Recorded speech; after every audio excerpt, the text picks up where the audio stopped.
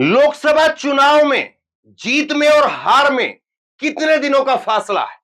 45 दिनों का फासला है। आप कहेंगे कि 45 दिन कैसे? अभी तो आचार संहिता की घोषणा नहीं हुई है।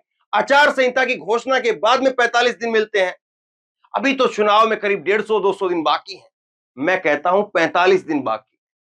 45 दिनों के अंदर तय होगा कि मोदी 2024 का चुनाव वो जीतने जा रहे हैं या हारने जा रहे हैं। यह खबर मैं आपको बताता हूं। आज सुप्रीम कोर्ट के अंदर मोदी सरकार, पूरी की पूरी सरकार, वो पूरी सरकार लगी हुई थी अपने एक इस अधिकारी को बचाने के लिए, इस एक अधिकारी को बचाने के लिए। और सुप्रीम कोर्ट ने डांटते फटकारते हुए इसको मोहलत तो दी है, लेकिन जो कहा है वो भी सुनिएगा। और उसके बाद में 45 दिन की समय जो है वो इसका बढ़ाया है। सुप्रीम कोर्ट ने एक तरह से लताड़ते हुए जो है अपने आज के जवाब में सुप्रीम कोर्ट ने जो कहा है, इसको जब एक्सटेंशन दिया है, इसके कार्यकाल में 45 दिनों का जो विस्तार दिया है, उस विस्तार में जबरदस्त तरीके से लताड़ लगाई है। लताड़ लगाते हुए सुप्रीम कोर्ट ने जो कहा है वो तो मैं एक एक शब्द आपको बताऊंगा ही, लेकिन ये 45 दिन का राज क्या है उसको जरा समझ लीजिए। 45 दिन का राज इस तस्वीर में छिपा हुआ है।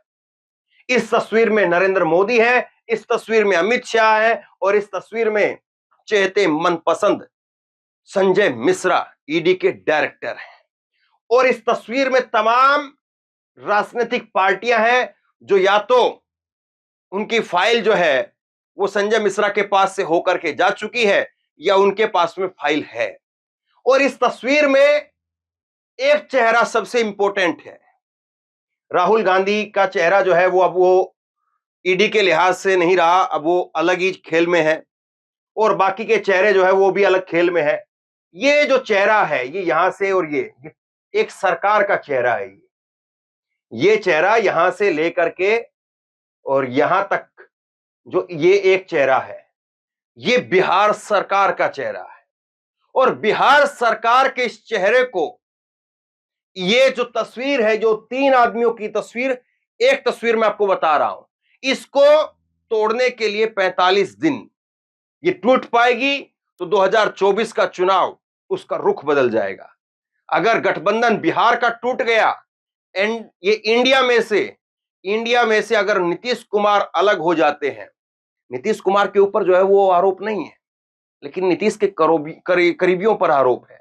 और जिस तरह से शरद पवार तो रह गए, लेकिन शरद पवार के नीचे से अजित पवार चले गए, अगर उसी तरह से यहां पर नीतीश कुमार तो रह जाते हैं, लेकिन नीतीश कुमार के साइड से जो है वो तेजस्वी यादव को, लालू प्रसाद यादव को, और उसके साथ साथ जो है वो ललन सिंह को, और तमाम जो नीतीश के करीबी नेता हैं, अगर उन सबको जो है किन्हीं को अपने साथ ले लिया और किन्हीं को ईडी के पास भेज दिया, अगर ये हो गया तो फिर तो बिहार की अगर गठबंधन टूटा तो फिर क्या हालत होगी।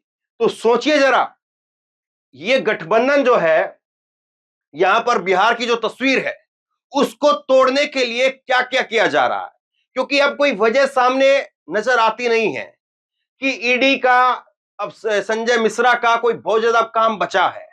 कहीं पर कोई चेहरा अब जो है वो दिखता नहीं है। ये तीनों चेहरों जो हैं, ये तीनों चेहरे खत्म हो चुके हैं। नवाब मलिक, संजय मिश्रा, ये जो है मनीष सिसोदिया, ये सत्येंद्र जैन, राहुल गांधी का किस्सा अलग हो चुका है। डीके शिव कुमार अब सरकार में है, लेकिन उससे कोई अब बहुत ज्यादा निकाल नहीं पाएंगे आप। और सोनिया गांधी से पूछताछ अपने जो करनी थी कर चुके हैं। ममता बनर्जी के भतीजे की परिवार की भी कुछ फाइलें हैं, लेकिन ममता बनर्जी से उतना खतरा नहीं है, क्योंकि उनको पता है ममता बनर्जी बंगाल में तो जबरदस्त ताकत है, लेकिन बंगाल के बाहर ममता बनर्जी जो है वो उतनी ताकत नहीं दिखा पाएंगी जितनी ताकत नीतीश कुमार, लालू प्रसाद यादव और तेजस्वी दिखा सकते हैं। और खास करके कहां पर, खास करके उत्तर प्रदेश के अंदर। मत भूलिए कि जो एक समीकरण निकल करके सामने आ रहा है कि फूलपुर से नीतीश कुमार को लड़ाया जाए और वाराणसी से या किसी और सीट से जो है वो मल्लिकार्जुन खड़गे को उतार दिया जाए। और बिहार में ये उत्तर प्रदेश के अंदर अगर ये 3-4 हैवीवेट कैंडिडेट को उतार दिया तो बीजेपी जो है वो उत्तर प्रदेश के अंदर फंस जाएगी। यूपी के अंदर अगर फूलपुर से नीतीश कुमार को उतार देते हैं, वाराणसी से या किसी और क्षेत्र से मल्लिकार्जुन खड़गे को उतारने की बात चल रही है, अगर ये 3-4 हैवीवेट को यूपी के अंदर डाल देते हैं तो फिर ये 5-5, 7-7 सीटें ऐसी रहेंगी, कम से कम बता रहा हूं आपको मैं, जिन पर बीजेपी को फंसा देंगे, जिन पर माहौल जो है पलट जाएगा। और नीतीश कुमार का कुर्मी वोट तो फिर आप देखिए क्या रुख बदलेगा, क्या हवा रहेगी उसकी। तो एक ही जो है काम ऐसा लगता है जो इस तस्वीर के अंदर जो मोदी और शाह चाहते हैं, अगर वो हो जाए तो फिर उसके बाद में फिर जो है चैन सुकून पाया जा सकता है। लेकिन ये सब 45 दिनों के अंदर निपटाना होगा, क्योंकि सुप्रीम कोर्ट ने क्या कहा है वो सुनिए जरा। सुप्रीम कोर्ट ने कहा है क्या 144 करोड़ आबादी वाले देश के लोगों को एक अफसर के ऊपर निर्भर है, उसे एडवाइजर क्यों नहीं बना देते हैं? ये सुप्रीम कोर्ट के अंदर दलील दी गई सुप्रीम कोर्ट की तरफ से कि 144 करोड़ आबादी जिस देश की है, उस देश के लोग सिर्फ एक अफसर के ऊपर निर्भर हैं। और यह बात क्यों कही गई है? क्योंकि मोदी सरकार ने जो दलील दी है, उस दलील को आप भी सुनेंगे तो हंसेंगे। कैसी कैसी दलीलें दी गई है सुनिएगा। ये मोदी सरकार की तरफ से संजय मिश्रा को बचाने के लिए, और सुप्रीम कोर्ट ने साफ तौर पर कह दिया कि हम 15 सितंबर तक तो इसको रख रहे हैं, और वो भी जब कुछ चीजें हमारे सामने ऐसी रख दी गई तब उसकी वजह से, वरना 15 तारीख के बाद में हमारे पास में मत आ जाना, ये बात कही है। 15 तारीख के बाद में हमारे पास मत आ जाना, ये बात को कहा है। दूसरा आप देखिए, ईडी निदेशक संजय मिश्रा का कार्यकाल सुप्रीम कोर्ट ने 15 सितंबर तक बढ़ाया। जज ने पूछा कि क्या बाकी अधिकारी जो है वो अयोग्य हैं। सुप्रीम कोर्ट के जज साहब, 3 जजों की बेंच थी, आगे आपको दिखाता हूं। सुप्रीम कोर्ट के जज साहब ने कहा कि पूरा ईडी जो है वो एक ही अधिकारी के भरोसे चल रहा है, इसी के अंदर सब कुछ है, बाकी के अंदर किसी के अंदर कुछ नहीं है, और यही अधिकारी जो है वो सब कुछ है और बाकी खत्म है। पूरा कार्यकाल, पूरे जो है वो डिपार्टमेंट के अंदर से आपको एक अधिकारी नहीं मिलता है, या बाकी के और जो आईपीएस आईआरएस जो अधिकारी हैं उनमें से एक अधिकारी आपको नहीं मिलता है कि आप ला करके ईडी का निदेशक बना सकें। देखिए क्या दलीलें दी गई है, जरा इसको देखिए, क्योंकि बड़ा अजीब जो है वो खेल हुआ है। 3 जजों की बेंच है जिसमें बीआर गवई साहब हैं, और न्यायमूर्ति जो है विक्रम नाथ हैं, और न्यायमूर्ति संजय करोल हैं। इन 3 जजों की बेंच ने जो है वो सुनवाई की, और मामले की जैसे ही सुनवाई शुरू हुई, केंद्र सरकार की तरफ से दलील दी गई कि ईडी के निदेशक संजय मिश्रा को विस्तार मिलना चाहिए। अब क्यों मिलना चाहिए, ये जस्टिस गवई ने पूछा, तो उन्होंने कहा, और जस्टिस गवई ने कहा कि क्या आपका पूरा विभाग जो है वो अक्षम है, क्या आप एक व्यक्ति के बगैर काम नहीं कर सकते? ये संजय मिश्रा क्या ही यही सब कुछ पूरा ईडी हो गया? क्या आप, अगर ये संजय मिश्रा ईडी से चला जाएगा तो आपका काम नहीं होगा? ये जो जज साहब ने फटकार लगाई। अब जो है इसकी जब फैसले की सुनवाई शुरू हुई तो कई अहम दलील सामने आई। केंद्र सरकार की तरफ से कहा गया कि छोटा मुल्क, अब यहां पर देखिए खेल समझिए आप, पाकिस्तान तक की एंट्री हुई है साहब, तब जाकर के विस्तार मिला है। पाकिस्तान का नाम लेना पड़ा है। पाकिस्तान का नाम लेकर के क्या कहा गया सुनिए।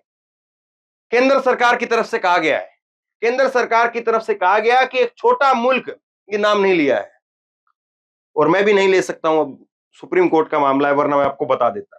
एक छोटा मुल्क जिसके साथ में पड़ोसी देश पाकिस्तान भी है। अब ये कौन हो सकता है आप देख लीजिए। एक छोटा मुल्क जिसके साथ में पड़ोसी देश पाकिस्तान भी है, वो भारत के खिलाफ साजिश रच रहे हैं।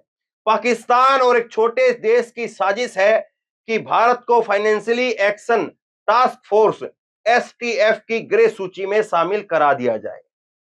अब ये जो दलील है ना साहब, इतनी बेतुकी दलील है, बेतुकी कह रहा हूं मैं इसको। देखिए पाकिस्तान और उसके साथ में एक छोटा मुल्क, आप एक तरफ तो कहते हैं, मोदी सरकार कहती है कि पूरा दुनिया जो है वो मोदी का लोहा मान रहा है।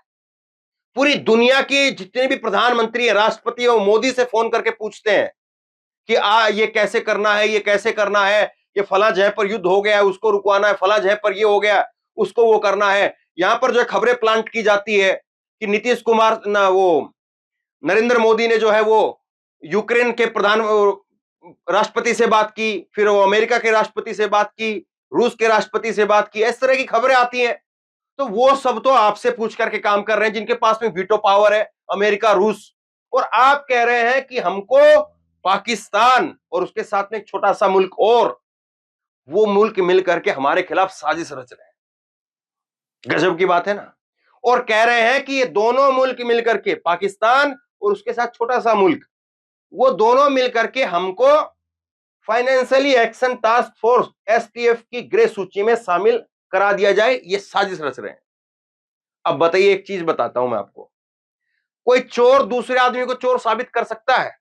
किसी चोर की गवाही जो है वो दूसरे व्यक्ति के केस में उसके जो है वो साहूकारी के रूप में अगर आप देखें तो मानी जा सकती है। पाकिस्तान खुद जो है वो इस एसटीएफ की ग्रे सूची में शामिल है, वो हमको शामिल करवाएगा। भाई, जो आदमी खुद चोर है वो हमको चोर कैसे साबित कर देगा? उसकी दलील कौन मान लेगा? पाकिस्तान खुद जो है वो ग्रे लिस्ट में जो है वो शामिल है और वो हमको शामिल करवा देगा, ये दलील दी जा रही है। इसके बाद में आगे जो है वो मामले की जब सुनवाई हुई, केंद्र सरकार की तरफ से ये भी दलील दी गई कि संजय मिश्रा को जो है विस्तार मिलना चाहिए। और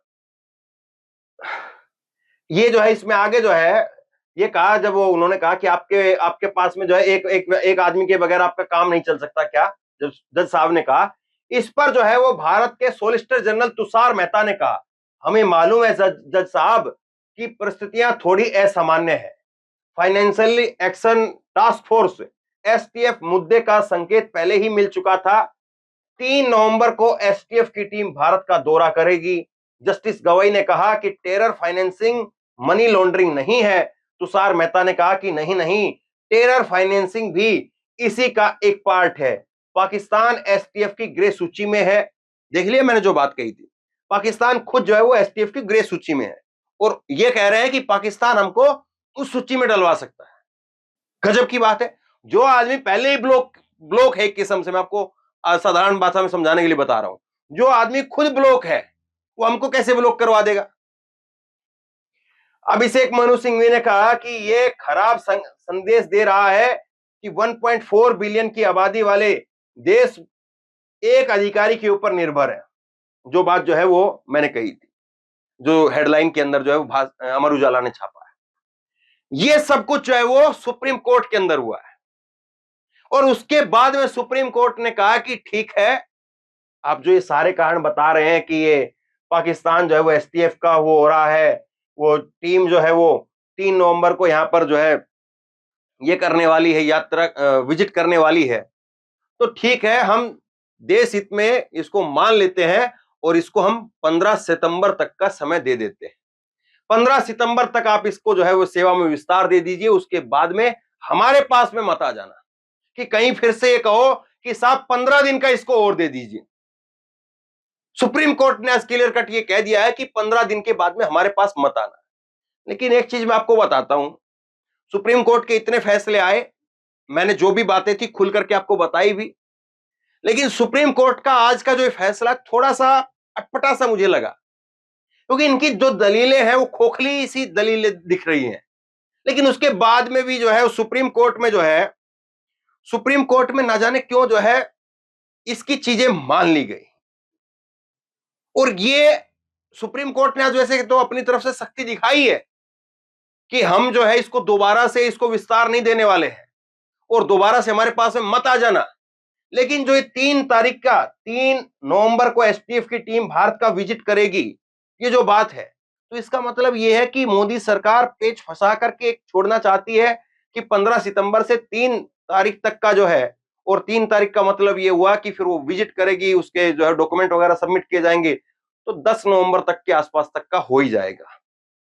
तो क्या ये सुप्रीम कोर्ट के साथ में मोदी सरकार जो है कोई गुगली खेल रही है? सवाल ये भी है। सुप्रीम कोर्ट का रवैया जो है वो एक तरफ सख्त दिखा, लेकिन दूसरी हाथ से जो है, एक हाथ से टाइट पकड़ा जकड़ा, एक हाथ से दिखाया कि ताकत है, ये है, वो है, लेकिन दूसरे हाथ से कह दिया कि चलो निकल जाओ। ये भी दिखा।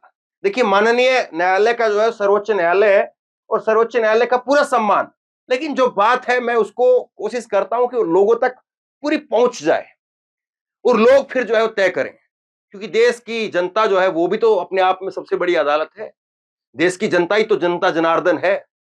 तो माननीय न्यायालय का पूरा सम्मान, लेकिन आपने जो ये इसको ढील दी है, 15 तारीख तक का जो समय दिया है, इसमें यह भी हो सकता था।